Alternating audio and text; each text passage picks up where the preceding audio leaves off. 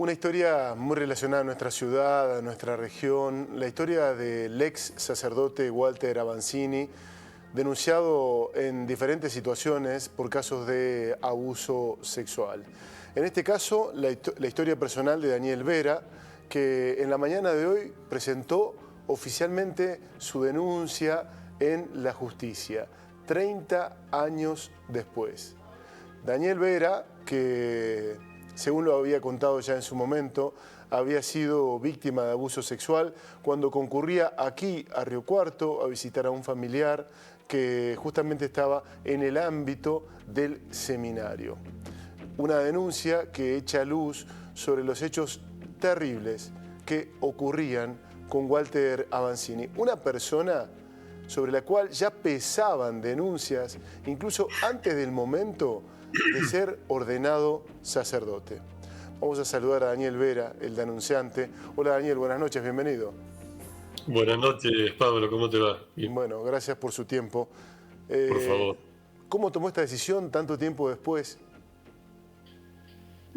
Fue bastante complicado y hoy justamente cuando estábamos, después de hacer la denuncia penal, decía que el movimiento de mujeres de Argentina y a nivel mundial fue el motivo por el cual yo me animé a hacer la denuncia, ¿sí?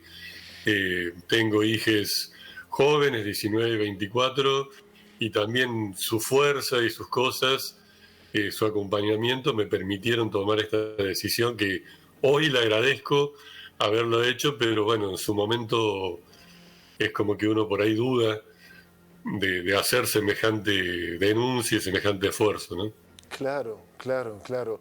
Y desde lo psicológico también supongo yo en este caso, que debe haber alguna construcción para tratar de llevar adelante este tipo de medidas. ¿Por qué no nos cuenta, en resumidas cuentas, los hechos, cómo fue que ocurrieron en el ámbito de Río Cuarto, ¿no?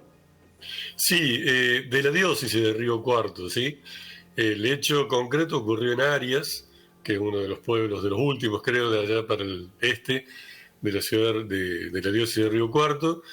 Bueno, como vos decías, Avancini ya tenía antecedentes, pero bueno, la iglesia lo seguía protegiendo. Quizás no sé si más trágico, no sé cómo llamarlo, pero el hecho ocurrió en diciembre y yo ya había decidido entrar al seminario y un poco quien me había inspirado para ser cura en ese momento era él. Entonces, digamos, fui abusado por quien yo admiraba, por quien yo había tomado la decisión de hacer esas cosas y, digamos, lo terrible de la alienación que uno y de la negación de esto es que yo seguí 6 años en, digamos, la carrera religiosa, fui misionero, todo, sabiendo lo que me había pasado, pero tratando de negarlo al mismo tiempo, ¿sí? Entonces, fue un hecho muy traumático donde yo la denuncia de hoy la hice no solo contra él, sino contra la diócesis de Río Cuarto, porque fueron totalmente cómplices para que este abuso ocurriera. ¿En qué sentido? ¿Por qué lo afirma de esta manera? Porque me parece que es central esto de las denuncias previas a que él incluso fuese ordenado sacerdote, ¿no? Por ejemplo, hubo una denuncia previa acá en Córdoba, él estudió acá en Córdoba capital, en la arquidiócesis, cuando hace 2 años sale la primera nota que me hace Lisandro Toselo, que creo que lo conoces. A quien le agradecemos, a quien le agradecemos. Bien, lo quiso entrevistar a Ñáñez, al arzobispo Ñáñez, que en ese momento era rector del seminario de Córdoba, y él dijo que lo habían echado, cosa que no fue cierto. Cuando fue a Río Cuarto, él estuvo, digamos, se ordenó sacerdote 6 meses después que sus compañeros. Yo no sabía por qué, me enteré después de esto, porque él ya tenía acusaciones. Entonces lo mandaron a Ucacha, 6 meses de prueba, y si se portaba bien lo ordenaban cura, ¿sí? Cuando yo pude hacer la denuncia, hablar por primera vez, ni siquiera hacer la denuncia, porque la misma iglesia de Río Cuarto en ningún momento me dijo que tenía que hacer la denuncia penal, al contrario, Claro, todo queda entre nosotros. claro. Yo en ese momento no tenía la capacidad de ver de que lo que estaban haciendo era un encubrimiento, ¿sí? Y hubo un sacerdote, Baudaña, que creo que lo mataron en un hecho bastante raro hace un tiempo, Sí, lamentablemente. y no me acuerdo dónde estaba, el Maquena. Coqui Baudaña, yo le conté, fueron los primeros curas que yo le conté, y él me dijo, estoy hablando año 90, y él me dijo, mirá, cuando él estaba en Canals en ese momento, cuando pasaba el otro día Walter de Río Cuarto para Arias, se quedó a dormir en la parroquia, y a la siesta, dice, se me vino a insinuar. Y yo le dije, eh, perdón digo la expresión, pero me dije, yo lo mandé a la mierda, y le dije, conmigo no.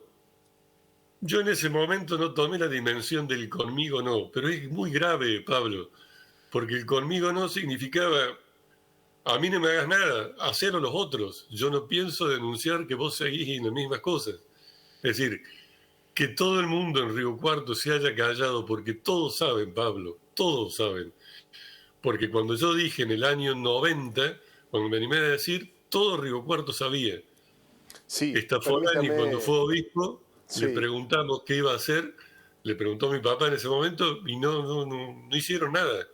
Y él siguió siendo párroco de Berrotarán con una ventana que daba al colegio del colegio parroquial de Berrotarán. Sí, permítanme contarle a la gente que no esté enterada de esta situación y a los más jóvenes que hubo un hecho escandaloso a partir de una cámara de televisión que lo registró en la Plaza San Martín de Córdoba, ofreciéndole sexo a menores de edad.